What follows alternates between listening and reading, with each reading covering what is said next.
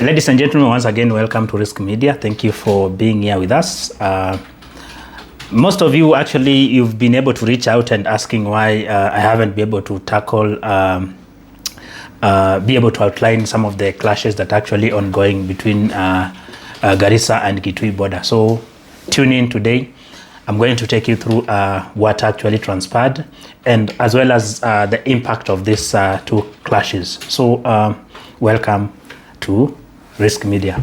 So actually, it has been actually a deadly attack, deadly violence actually in the late month of April, which actually triggered very serious brutal attacks by suspected armed headers, which led to protest and breakdown of security along the critical Mwingi-Garissa road.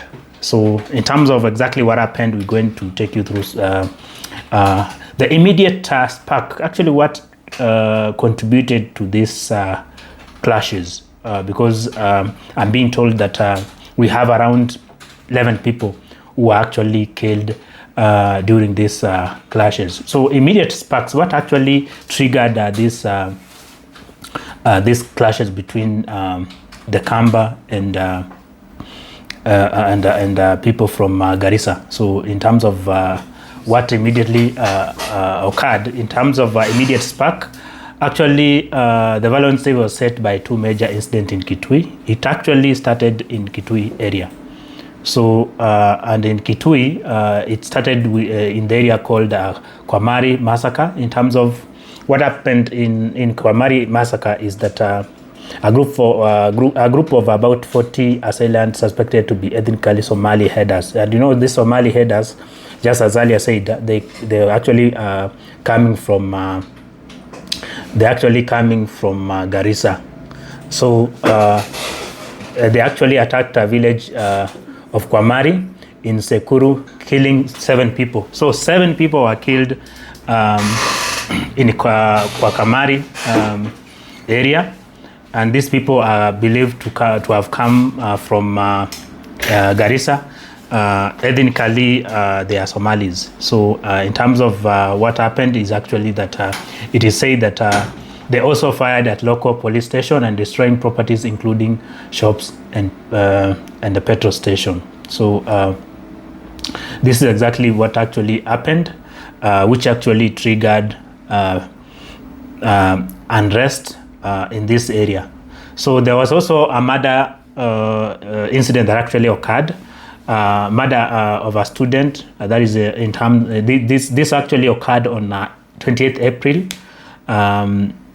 Just days later, a 14-year-old boy was killed, reportedly beheaded in Okasi area. This actually sparks massive public outrage. So I imagine a 14-year-old boy was actually killed, and this happened just few days after Kwamari massacre. So this is now what actually triggered the clashes.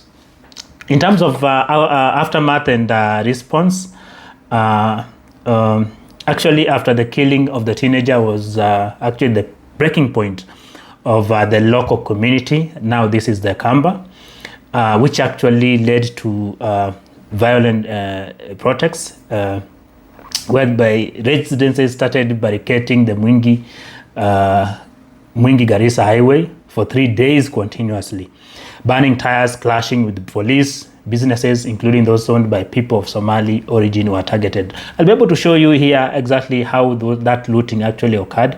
This is in terms of the locals. Now they targeted businesses belonging to people of Somali origin, and they were looting their valuables. They went directly into their shops and they started looting. In terms of security lockdown, after this incident, the government deployed a light GSU and AP deployment unit to contain the situation. So actually, that is exactly what happened. In terms of the looting that was actually reported, if I can be able to just dig a little bit deeper into the looting that actually occurred, the looting happened actually within Mwingi town.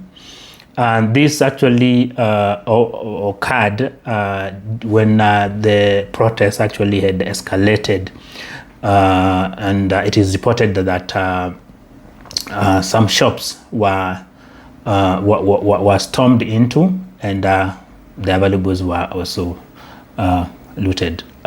In Kamari village, that is in Mwingi, it is also said that some properties were also destroyed, including 4 shops, a petrol station, and motorbike.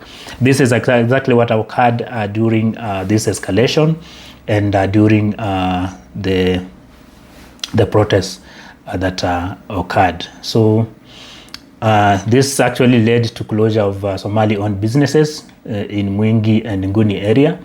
Now, because following the violence, businesses owned by Somali community remained closed because they were now being targeted by the locals in Mwingi, because now complaining of the incidences that had occurred and the killing of 11 locals that had already earlier occurred. In terms of general chaos, along Mwingi and Garissa highway, the area experienced chaos. That's all looting and destruction of property. So in terms of these clashes, we can say that actually they led to loss of lives and property, and the tension still continues. And actually, it has actually led to public outcry, and also people trying to calm the situation. The path of de-escalation, how did it now in terms of to de-escalate? In response to the crisis, leaders from both counties, that is from Mwingi and Garissa, they had now to come together. They had to agree on several measures to restore peace. And one of the issues that was agreed on to restore peace, camel header restoration. Kitui County plans to create a mandatory register for all camels owners and headers. This information will help local chiefs to track their movement of ensure accountability. Because actually, if you look at exactly what has happened, because it is believed that people from Garissa now crossing to Mwingi, to Kitui County, so that they can, because it is all about resources.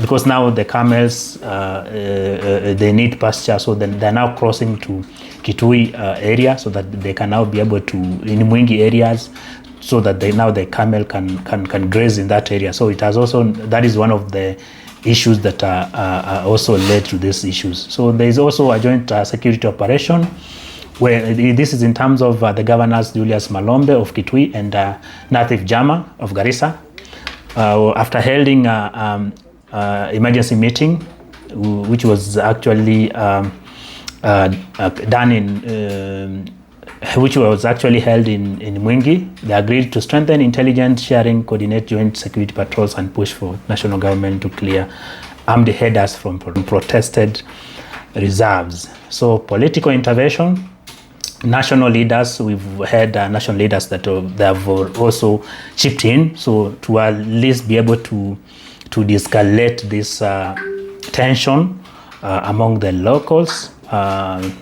We saw Wiper leader Mr. Kalonzo Musyoka and the health CS Eden Dwali, who have also urged the locals to calm and urge security agencies to arrest the perpetrators rather than allowing the conflict to escalate into ethnic violence. So we hope that the area can because these people, they have actually been able to coexist for years.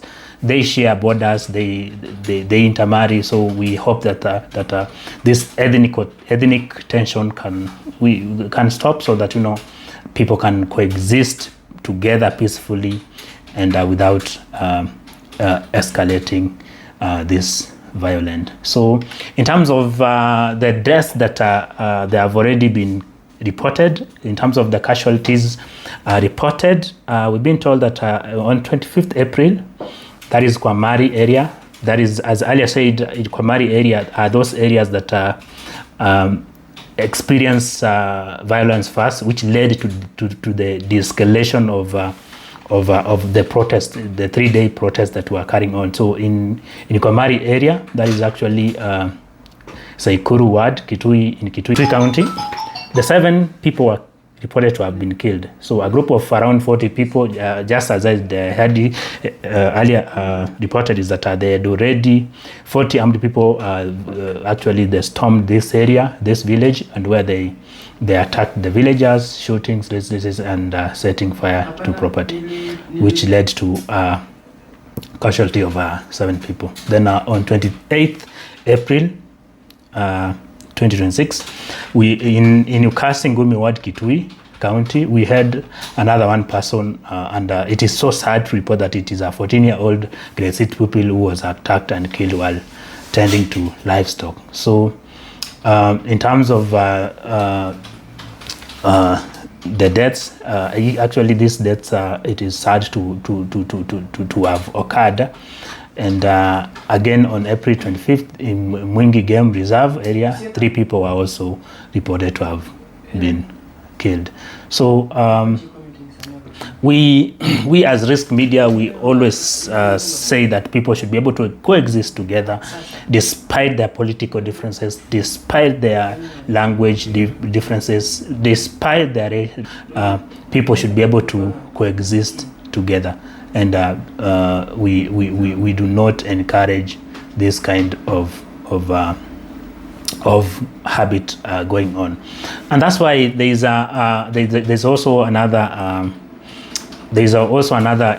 incident that actually occurred. That is a content creator who had actually referred to the locals within Mandera area that Nywele Ngumu. You know, when you refer to Nywele Ngumu, this is actually people who are not Muslims within those areas. They refer to them like Nywele Ngumu, and that's why we're saying that this is it is actually ethnic profiling, whereby now you're referring people who are not the locals to Nywele Ngumu. Let us not be able to forget what happened in Garissa University. You remember that, which led to loss of so many students. I'll be able to also indicate here. So, and that's why I can say that it is good that the authorities were able to chip in, and they were able to arrest this content creator who was spreading ethnic. The content creator that was actually creating contents and profiling non-locals, referring to them as Nywele Ngumu. This happened actually in Mandera County. This is now what we're saying now. You know, this is some of the issues that are actually creating division among people within the country, and we can say that as a result of the public outrage and people being able to raise these matters, NCIC were able to move in very, very swiftly, and they were able to arrest this content creator. Because at the end of the day, if you see this ethnic tension that is actually occurring between people of Mwingi-Garissa, Kitui, it is actually results to some of these comments that are actually happening. I'll be able to show you, to put for you here clips so that you can be able to see exactly what happened and some of the remarks that were there. So let us not be able to forget the incident that occurred where Garissa-Kitui was also attacked, and we can say that, you know, the picture is still clear in our mind. We should not be able to tolerate this hate speech as we exist within this country. We live, we only have one country to keep, and let us make sure that we respect each other despite our ethnic, our tribe, and we should not be able to do that as expected. Thank you.